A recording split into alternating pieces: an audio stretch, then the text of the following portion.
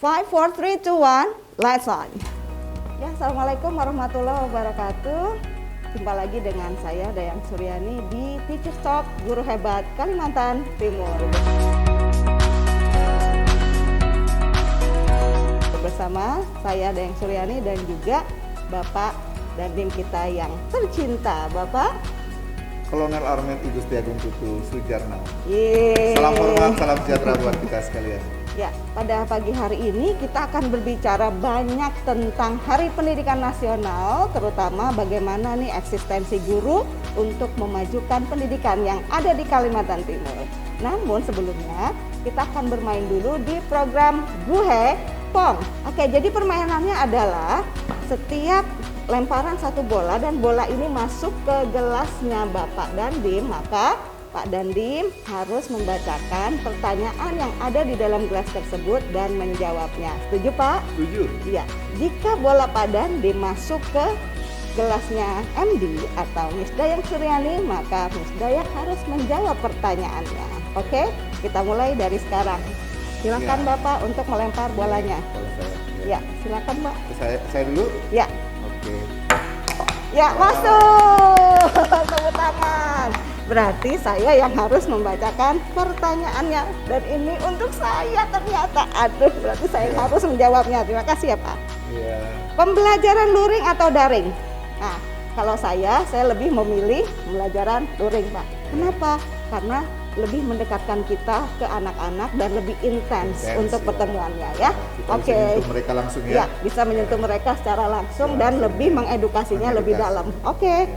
Sekarang giliran saya ya Pak ya. Nah, ini Ya. kita singkirkan. Oke. Sekarang saya coba langsung ke. Aduh, Ya, enggak ternyata lolos. nggak lewat, nggak masuk, Ternyata Bu. enggak lolos. Sekarang giliran Bapak. Ya, saya lagi ya. Iya, Pak. Ya. Aduh, Ya, ternyata tidak lolos lagi. Oke. Nah, berarti kita harus sedikit berdiri nih ya. Aduh, Ya. tidak lolos lagi. Pemirsa, bagaimana ini permainannya ya? Oke. Harus dipantul, Bu. Dipantul. Nah, Nah, aduh. berarti saya pantul lagi, Pak. Nah. Aduh, hampir. Hampir. Berarti mungkin lebih dekat kali ya, Pak ya? Lebih dekat ini ya. Hampir, Oke. hampir. Ya, Iya. ya, sip. Lebih didekatkan aja. Iya, Oke. iya, Ya, iya, Bu. ya. Keluar dia. Keluar dia. Sekarang saya lagi pantul dulu. Wah. Ya. Akhirnya masuk juga Akhirnya pemirsa. masuk juga. Aduh, ini berkat doanya Pak Dandim ini.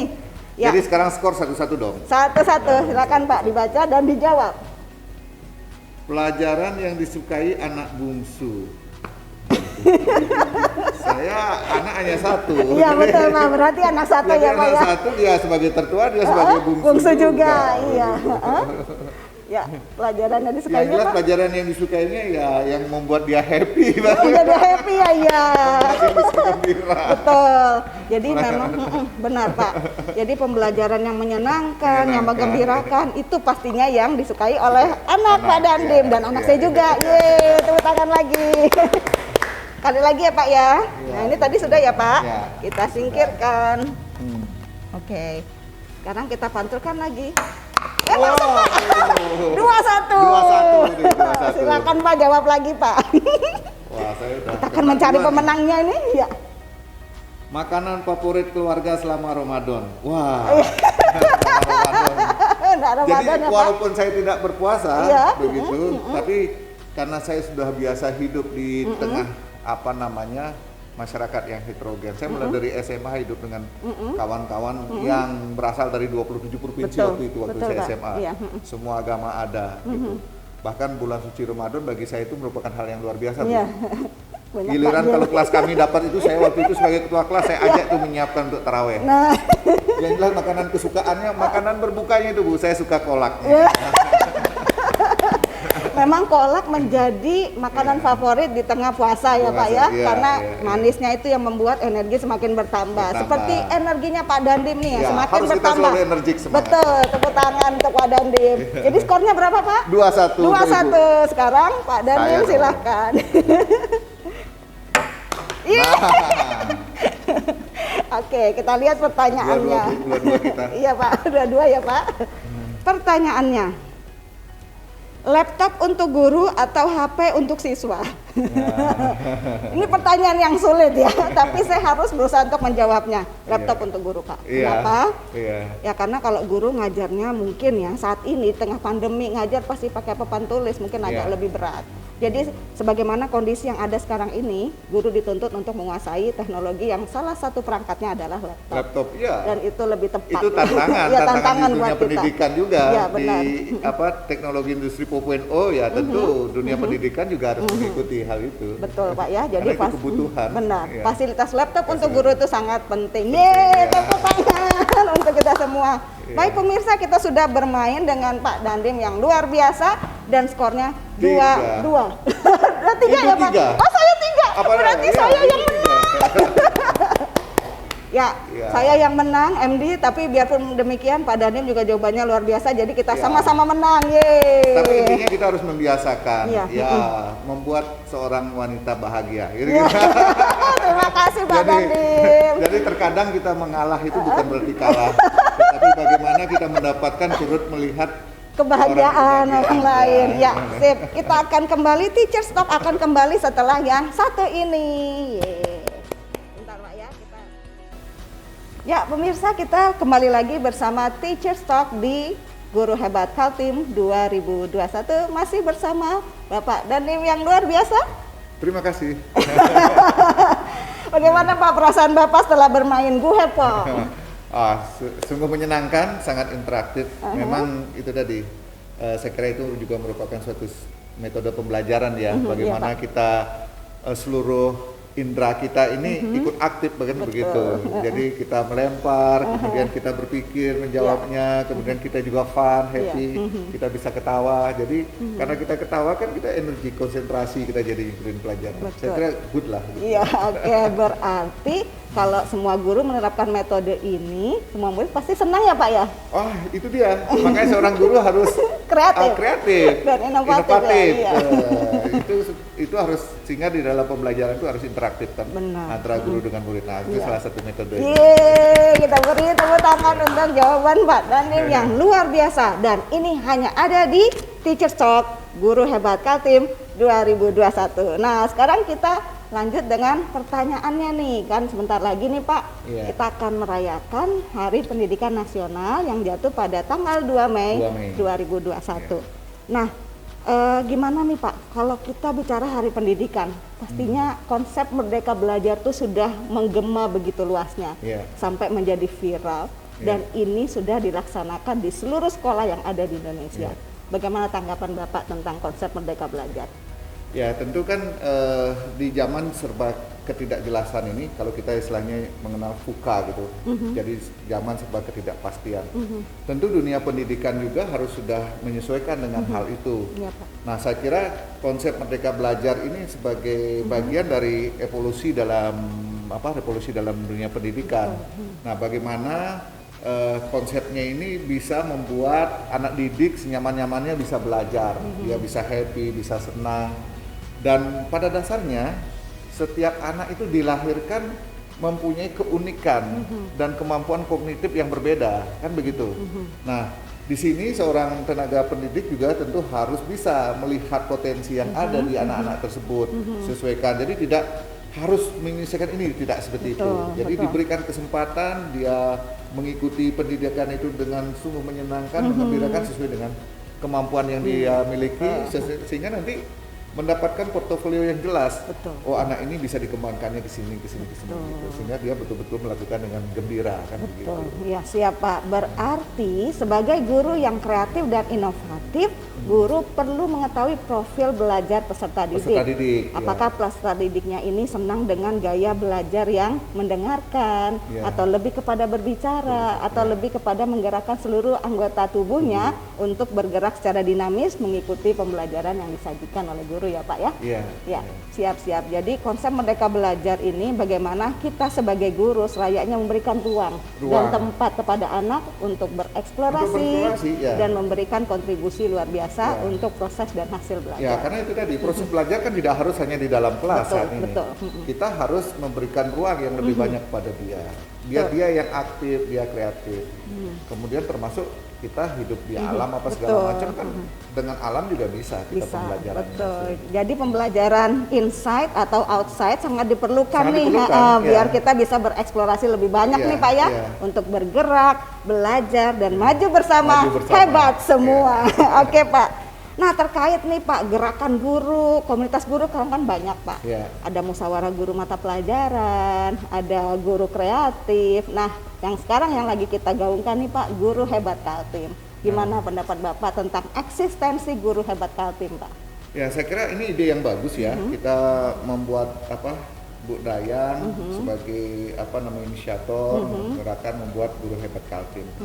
Jadi bagaimanapun skuadnya ini kan, pasukannya ini Guru Hebat Kaltim ini, kita intinya ingin memberikan karya yang terbaik kepada anak-anak didik kita. Karena guru hebat ini kita harapkan bisa mendidik anak-anak kita nantinya menjadi anak-anak yang cerdas kan, begitu Bu. Betul Pak.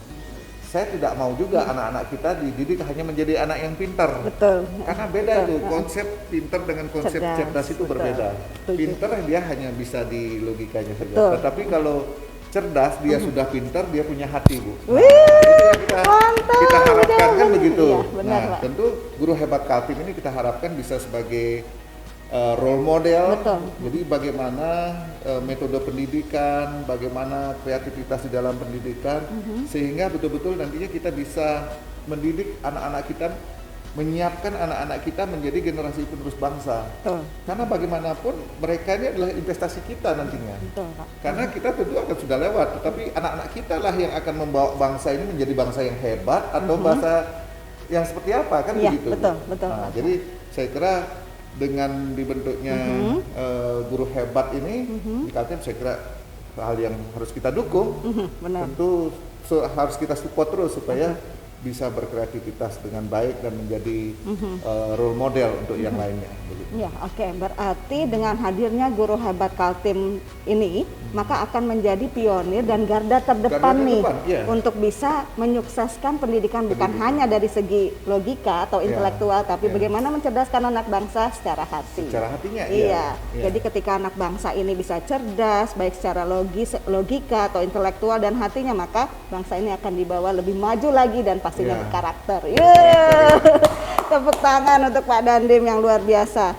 Jadi setelah tadi guru sudah mempunyai wadah nih Pak, mempunyai wadah dan bersatu memberikan imbas positif kepada peserta didik dan para guru lainnya. Nah, ketika sudah memberikan bias positif dan memberikan masukan yang luar biasa kepada perkembangan peserta didik, maka esensi yang bisa kita dapat dari skuad Guru Hebat ini apa ya Pak, kira-kira Pak?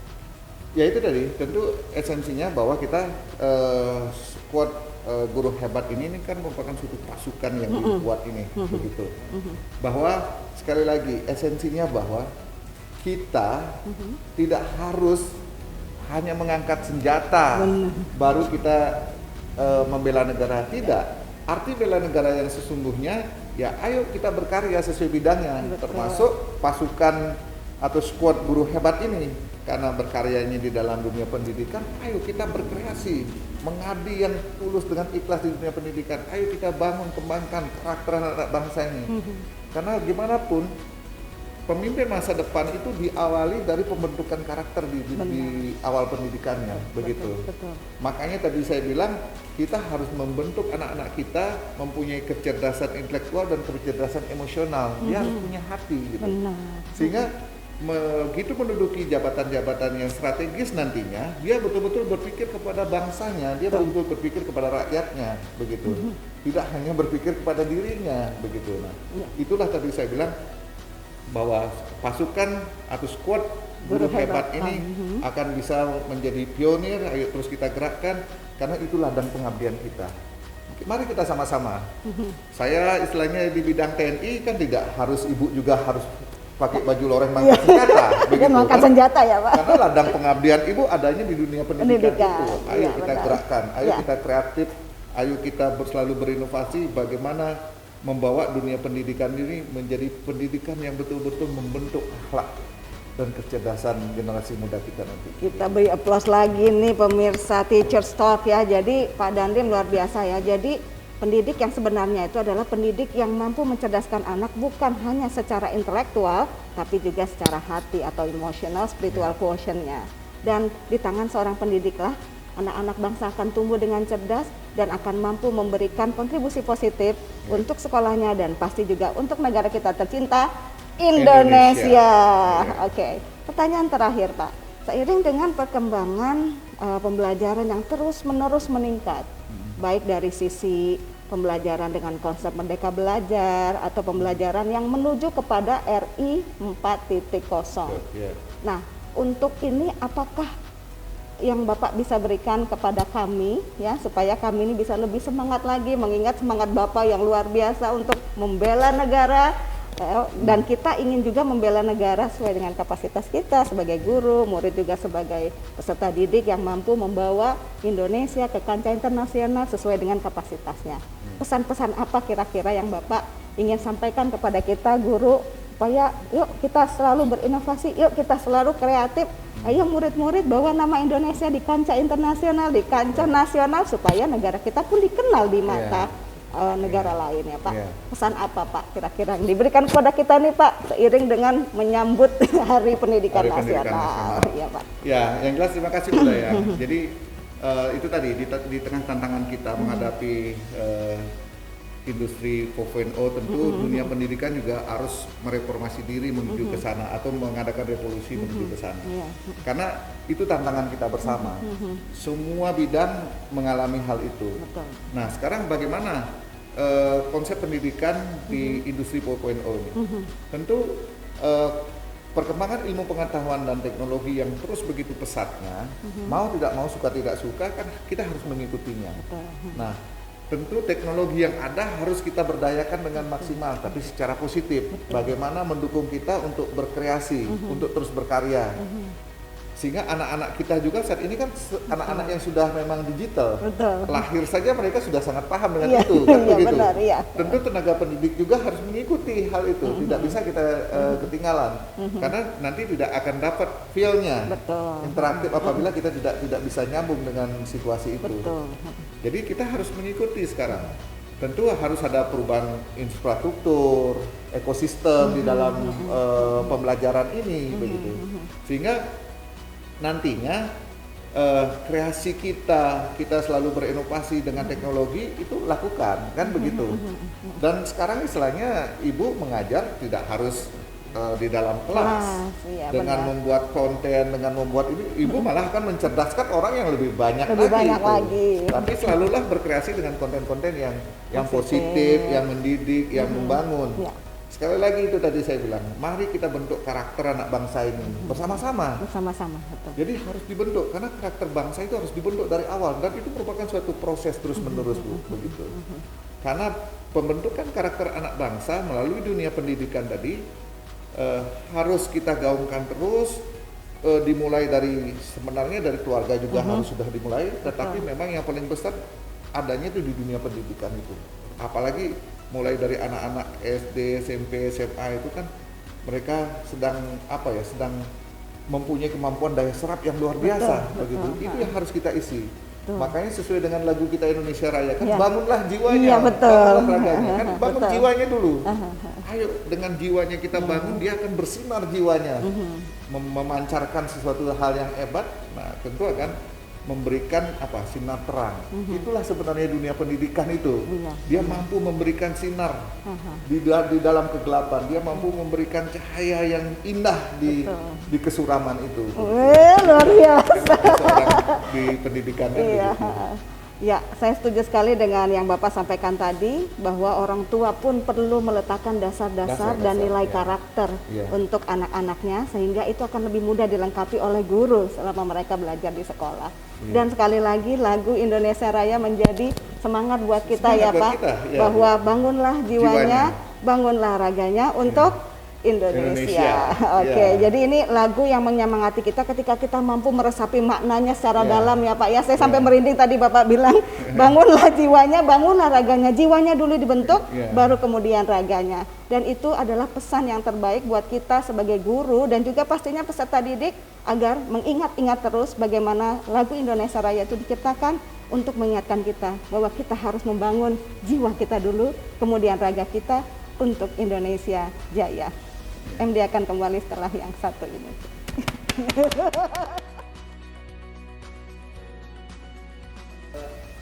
Kembali lagi di Teachers Talk bersama Miss Dayang Suryani dan Bapak Dandim kita yang luar biasa. Terima kasih. Iya, oke, iya. Ya, Ibu Dayang juga luar biasa. Seorang guru yang sudah berprestasi tingkat Ya, internasional. alhamdulillah. Terima kasih Pak Dandim. Pak Dandim juga mendukung saya dengan sangat luar biasa. Ya Pak, baik, kita akan maju ke sesi selanjutnya yaitu closing statement dari apa yang sudah kita perbincangkan pada pagi hari ini. Silakan Pak. Bapak Ibu sekalian, para tenaga pendidik, para guru, para dosen di seluruh Indonesia, tentu saya ingin mengucapkan selamat Hari Pendidikan Nasional, karena di dunia pendidikan Bapak Ibu sekalian mempunyai peran yang sangat-sangat luar biasa, apalagi di tantangan yang seperti yang sekarang kita hadapi ini, dunia yang serba tidak jelas. Karena dunia pendidikanlah dunia yang tidak jelas itu akan menjadi jelas semuanya, kan begitu. Kemudian dalam hal ini saya ingin menyampaikan, saya ingin berpesan kepada Bapak Ibu sekalian bahwa Anda adalah pahlawan Anda, tanpa tanda jasa, teruslah berjuang, teruslah berkreasi, berinovasi sesuai dengan bidang pengabdiannya.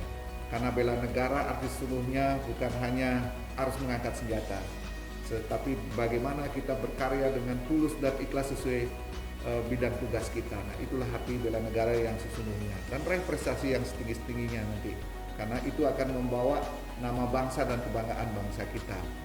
Kemudian saya sampaikan, di dalam dunia pendidikan, kalau menurut saya ini seharusnya kita benahi dari dalam.